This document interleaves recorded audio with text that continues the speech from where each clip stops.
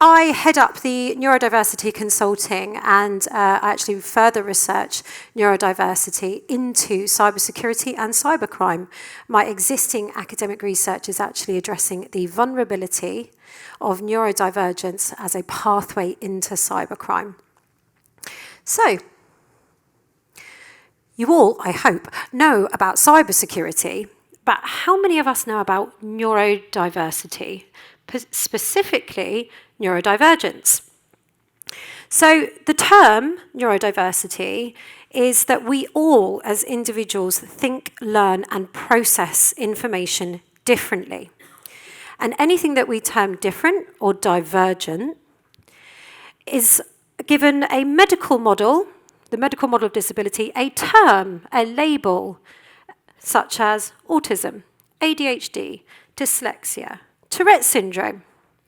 Can I ask, just if people can raise their hands, if you have a direct relationship, either yourself or someone you know, who is neurodivergent, or you think they're neurodivergent?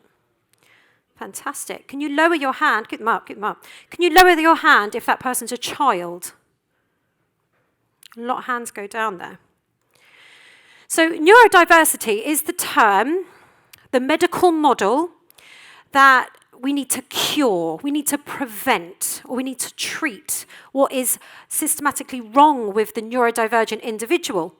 But actually, it's more of a social model of disability. And we, and I say we because I am autistic and I have ADHD. Depending on what day of the week, you'll see one of the other.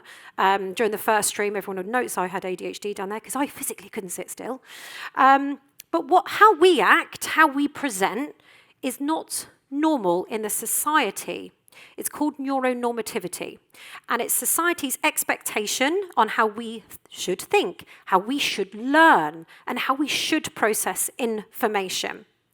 And anyone who sets aside of those boundaries or deviates can be seen as divergent, or that really naughty kid in school who doesn't just sit still and learn, but also in the working environment if they aren't picking up information as quickly, or if they're harder to manage. And then we can see this can lead to discrimination, exclusion, or misunderstanding of their neurocognitive profiles. What on earth has this got to do with cybersecurity posture? So let's look through a few slides that shall hopefully, I'm just making sure I've started this because one aspect of my ADHD is I've got extreme time blindness. So, sorry, Sarah. Let's look at this one first. So this is one that we recognise quite a lot universally in the cybersecurity industry. We recognise that neurodivergent individuals have extremely diverse skill sets and unique characteristics that we want in industry. Why? Because our adversaries have them. We have seen a higher volume of cybercrime offenders, either identifying as autistic, identifying as being neurodivergent, or in the National Crime Agency's Pathways into Cybercrime report, they're identifying that they have seen characteristics. It was first identified as autism. I went in with that research and went, whoa, whoa, whoa, whoa. You can't just brand a whole community of people. You need to understand the vulnerability and the differences in characteristics in what we all share. So we want those skills. And we want those skills because cybersecurity by nature is diverse. So we need diverse teams.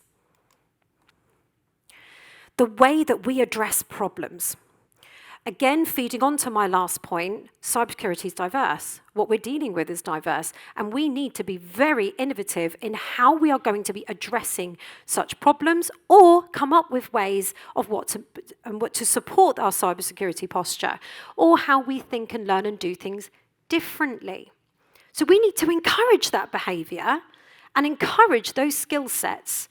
But also, if neurodivergent individuals have these skills, but they're not in industry, we want to get them in, right? The enhanced focus and dedication actually has a name, and that's hyperfocus. Neurodivergent individuals, we have something called laser focus, hyperfocus, and when we're interested in something, good luck, because we can't get out of it. We need reminding to eat. use the toilet, to drink. And when you have that innate focus on something, it means you're going to come up with ideas more quickly. But also, if you need things doing quickly in terms of times of a crisis, you want someone with ADHD on your IRT. Trust me. So our enhanced focus and dedication can not only be in specific times, but also meticulous in picking out certain parts of code, or if there's a mistake that can easily be looked over. But now I'm going to start talking about some other things that really you should be thinking about when approaching cybersecurity and addressing the need to support your wider organization, just not inside your cybersecurity teams. There are vulnerabilities with neurodiversity, and I'm not going to sit here and lecture about all of those increased vulnerabilities or changes and support mechanism. You can do that with me after. But what I do want to do is for you to just take some points back and think, are we addressing this? Are you addressing that there is an increased vulnerability to social engineering for neurodivergent individuals? Mainly autism. However, this can be wider, particularly with ADHD, in that it can be that we are impulsive, meaning we give up information more easily.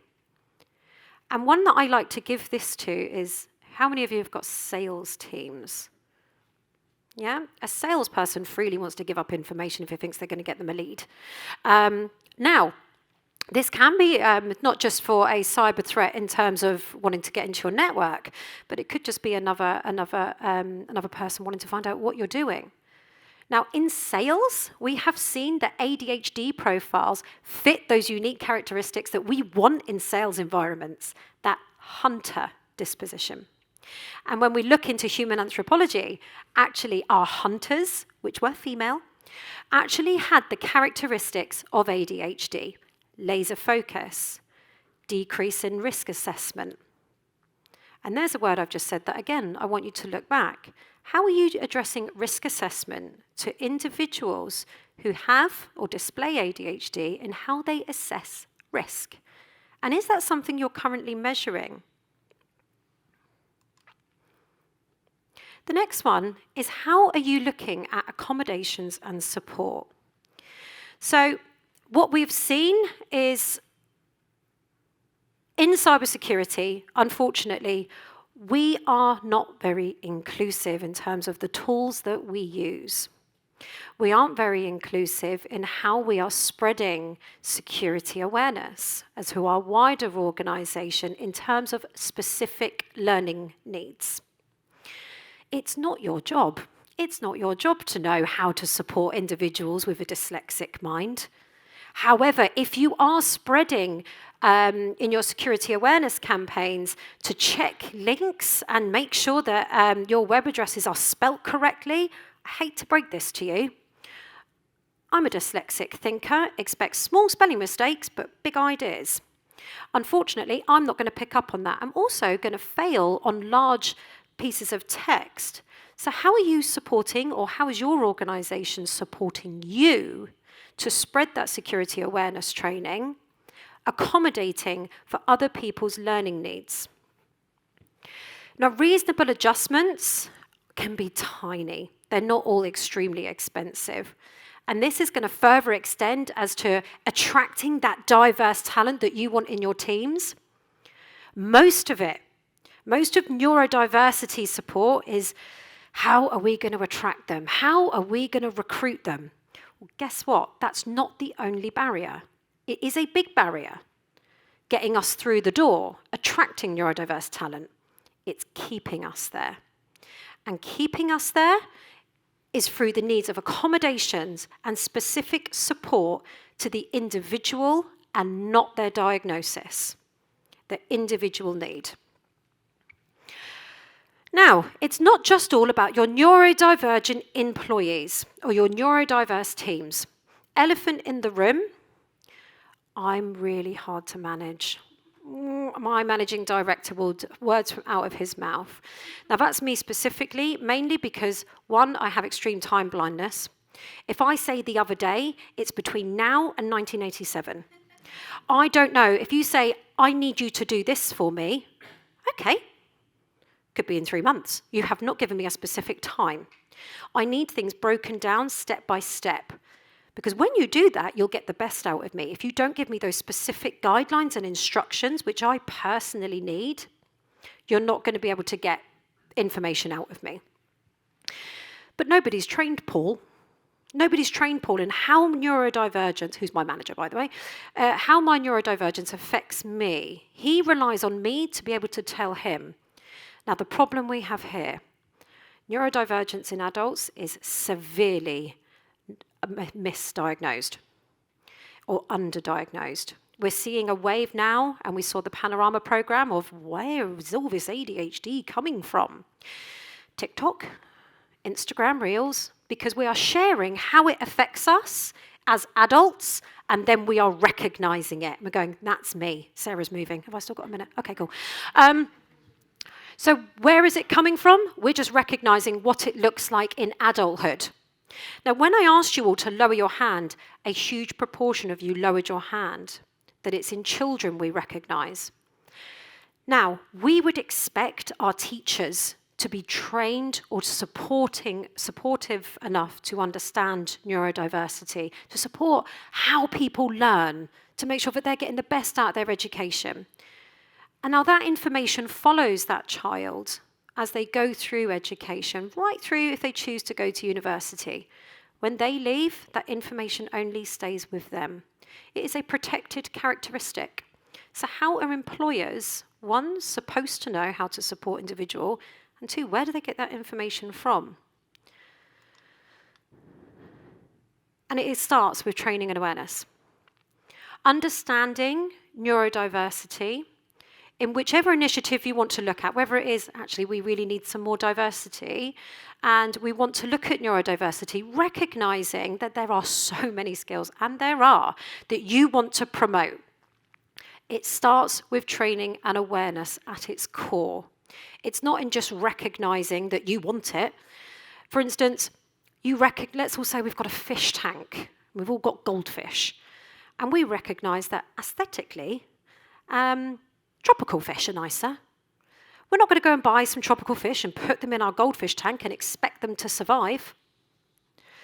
So what are we going to do? Some of us will just go out and, we will just put tropical fish and put them in and then just watch them float. But some of us will research, how do you keep a tropical fish? What water does a tropical fish need to go in? I don't know anything about fish husbandry. I don't know why I use this. Beyond water, I'm not sure what else they're going to use. What food are they going to eat? The same applies. But also, it's your social corporate responsibility. Neurodiversity is a big subject, and we're not expecting you to become experts in particularly autism, ADHD. That's my job. And I quite like it. So, but also, I live with autism, I live with ADHD, I live with dyslexia. I still don't know. I know my own lived experience. Oh my gosh, I've got to really hurry up. She's standing up. I've got 1 minute. But by engaging with individuals who can support you, to mainly look at trust, empathy, and compassion. So what's coming next is the research that I often say I cry into every night. This will be available to all individuals within the cybersecurity profession to help you understand the true influence of neurodiversity into cybersecurity posture, but through a cyber-psychological perspective, our relationship with technology and cyberspace itself. So thank you. Do the best you can in the place that you are, and be kind.